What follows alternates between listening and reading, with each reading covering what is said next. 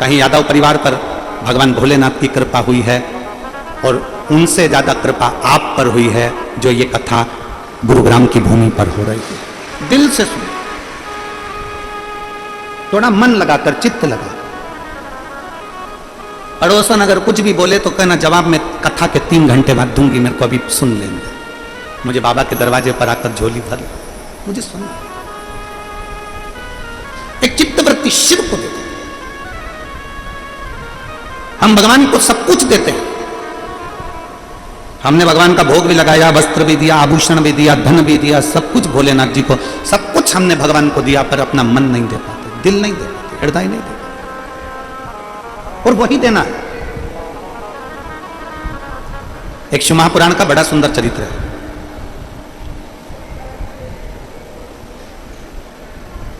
एक सेठ जी के घर में संतान का सुख नहीं था।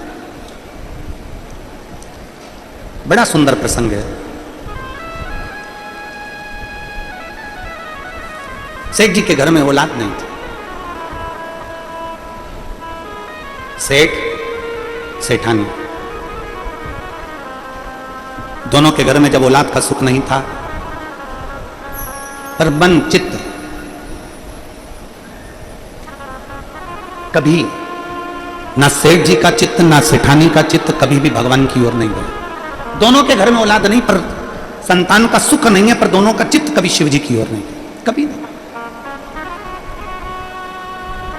कभी कभी जीवन में ऐसी घड़ी आती है जब बहुत चिंता भी व्यापने लगती है ना, बहुत टेंशन भी आ जाता है ना, तो भी लोगों का मन भगवान की ओर नहीं जा पाता। कई बार चित्त नहीं गया।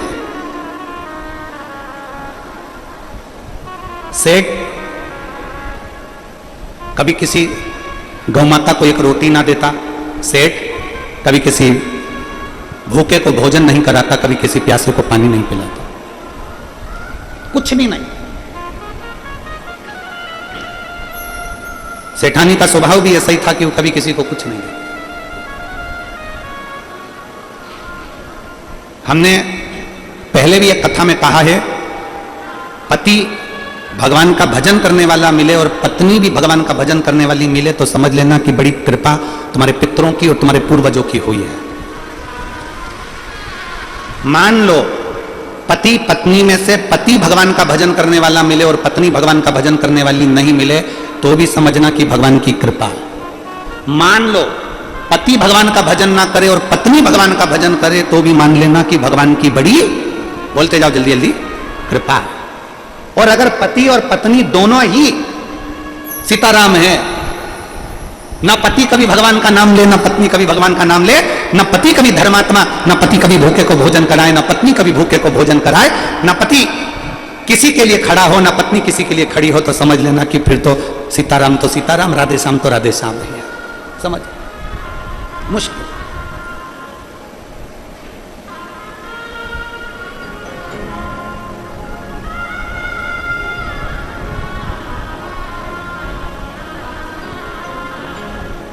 वर्धन जी, यादव परिवार, काका जी, चाचा जी आपको भी कहेंगे हम, और पूरे वर्धन परिवार को, श्री टेकराम जी को, मुकुल जी को, हर्ष जी को, लक्ष्य जी, वर्धन जी, सबको कहेंगे। ये गुरुग्राम की एक वीडियो सबसे ज्यादा वायरल हो रही है। कौन सी?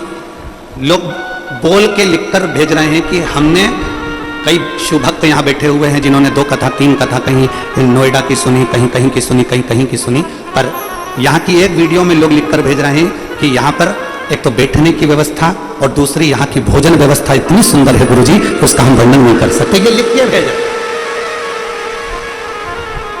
एक भोजन व्यवस्था शिव भक्तों के लिए, जो रात्रि को रुकने वाले भक्त हैं शंकर के, जो आ जाते हैं शिव के भरोसे, शंकर के भरोसे आए, बैठ गए, उनके लिए बड़ी सुंदर व्यवस्था। उसके लिए हम आपको साधुवाद देते हैं, बहुत बहुत साधुवाद, धन्यवाद। शिव तत्व इसी को, सेठ और सेठानी दोनों ने कभी भूखे को भोजन नहीं कराया, कभी प्यासे को पानी नहीं पिलाया, कभी किसी को अन्न का भाग नहीं दिया, कभी कोई सेवा नहीं करी, कभी कोई शिव की आराधना नहीं करी, कभी राम की आराधना, कभी कृष्ण की आराधना, कभी दत्त की आराधना, कभी देवी की आराधना, किसी की आराधना नहीं। संतान का सुख नहीं। अब एक दिन भूलवश ना पत्नी ने ना पति ने, किसी ने नहीं सोचा था, भूलवश, भूल से। सोमवार के दिन अष्टमी तिथि पड़ गई, भूलवश। और सोमवार के दिन जैसे ही अष्टमी तिथि पड़ी और इनके बगीचे से जो गूंज रहा है ना, इसको थोड़ा कम करो, डीले कम करिए, डीले कम करो थोड़ा। भूलवश सोमवार की अष्टमी तिथि पड़ी और सोमवार की अष्टमी तिथि पड़ने पर भूलवश इनके बगीचे में से कोई बेलपत्री का वृक्ष लगा हुआ था, कोई पुष्प का वृक्ष लगा हुआ था, उसमें से कोई फूल बेलपत्र तोड़ कर ले गए। अच्छा, दोनों की सेठ सेठानी का मन ऐसा था कि ना तो ये फूल किसी को तोड़ने देते, ना बेलपत्री किसी को तोड़ने देते, ना कुछ, और तो और कि हमारे बगीचे का कोई सामान ना तोड़ ले, उस चक्कर में इन्होंने एक कुत्ता भी रख रखा था कि कोई हमारे बगीचे में ना घुस जाए, कोई हमारे बगीचे में ना पहुंचे। अब जरा तुम अंदाजा लगाइएगा कि कितना विचित्र संसार हो गया, कितना विचित्र समय हो गया। पहले व्यक्ति जानवर से डरता था, आज के जमाने में व्यक्ति इंसान से डरता है। और इंसान हम पर घात ना कर दे, इसलिए इंसान जानवर का साथ लेता है, कुत्ते को पाल कर रखता है कि कोई हमारे यहां प्रवेश ना कर दे। सेठ सेठानी के बगीचे में से कोई ने बेलपत्र निकाल ली, कोई ने पुष्प ले लिया और ले जाकर, सोमवार की अष्टमी थी, अंदाजा नहीं लग पाया, ध्यान नहीं रख पाया, और सोमवार की अष्टमी के दिन भूलवश, इनको नहीं ध्यान में, कोई दूसरे ने तोड़ा, दूसरे ने लिया और शंकर जी के मंदिर में जाकर वो बेलपत्री और पुष्प समर्पित कर दिया। जैसे ही बेलपत्री और पुष्प समर्पित हुआ, हमने पहले भी कथा में कहा है कि सोमवार की अष्टमी के दिन भूल से भी अगर एक बेलपत्र, एक श्वेत पुष्प शंकर भगवान को समर्पित हो जाता है, तो यह मानकर चलें कि आपने कुछ मांगा भी नहीं तो भी शंकर भगवान देने के लिए आपके दरवाजे पर पहुंच गया। भूलवश सोमवार की अष्टमी के दिन अगर भूलवश भी अगर हमारे हाथ से एक बेलपत्र, एक पुष्प शिव को समर्पित हो जाए, तो समझ लो कि कहीं शंकर की उदारता, कहीं शिव की कृपा।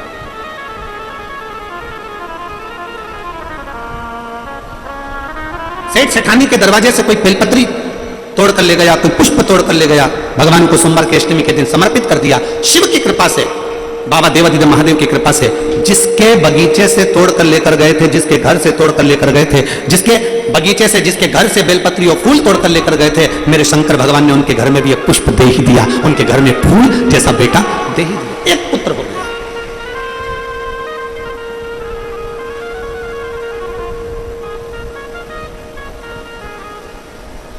एक फूल जैसा बेटा उनके घर में जन्म ले लिया, जिसका नाम वज्र सुमन हुआ। क्या नाम पड़ा? जम के बोलिए जरा, वज्र सुमन। क्योंकि फूल तोड़कर कोई दूसरा लेकर गया था, पुष्प तोड़कर लेकर गया था, इसलिए उसका नाम वज्र सुमन हुआ। बेटे ने जन्म ले लिया वज्र सुमन ने। वज्र सुमन धीरे धीरे धीरे धीरे धीरे धीरे बड़ा होने लगा, वज्र सुमन। अब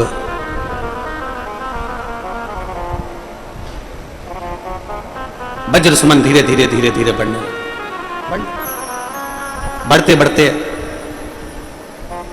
शंकर भगवान के प्रसाद के द्वारा हुआ था, इसलिए वज्र सुमन शिव का भक्त था। पिताजी दुकान पर लगाते, वज्र सुमन दुकान पर नहीं जाते। पिताजी काम से भेजते, वज्र सुमन हाथ में जल का पात्र लेकर शिव के पास चले गए। शिव भक्ति में डूबने लगा, शिव भक्ति में तल्लीन हो गया। बड़ा उत्साह उसके अंदर रहता, बड़ा उत्साह, बड़ा उत्साह। और हरिओम में ओम समाया है, मेरा भोला